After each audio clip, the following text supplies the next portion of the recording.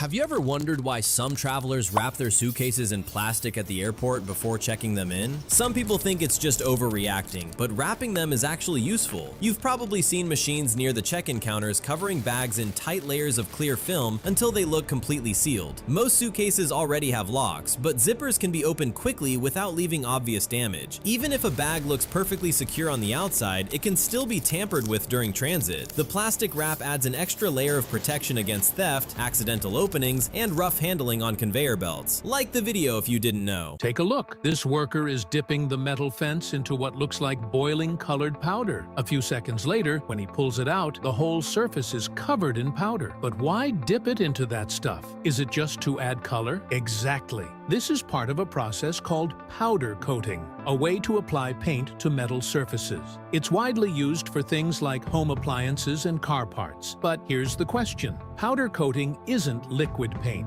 So how does dry powder stick evenly to metal? Well, regular paint is liquid, so it clings easily. And once the liquid evaporates, the paint hardens and stays put. Powder coating works differently. The powder is charged with static electricity, so when it touches a rough metal surface, it sticks like a magnet. But static alone isn't strong enough. That's why the powder also contains materials like epoxy resin. After the coated part is heated or exposed to UV light, the powder melts and fuses to the metal, creating a smooth, durable. This woman makes thousands of dollars with just plastic bottles, so she has found a way to transform used plastic bottles into something interesting that most people didn't even think of. She first collects plastic bottles that are nothing but waste, completely for free from different places, and removes their labels by hand. Then she takes the ones that are deformed and inflates them with air, and then places them in hot water to get their perfect shape back. After which, she takes the bottles, cuts down their bottom parts one by one, and takes those ones to a machine that she designed herself, and just pulls out the plastic in the form of a yarn. But her family members were confused, as they didn't know what she would do with this. But later, she showed them that this yarn can turn into high-strength wires and brooms, so she started creating products that are made fully from recycled plastic bottles, and thus created a successful business with at least 90% profit margin. This is how the ancient Chinese literally turned ultra-rare seashells into a masterpiece we're still using 9,000 years later. Seashells are notoriously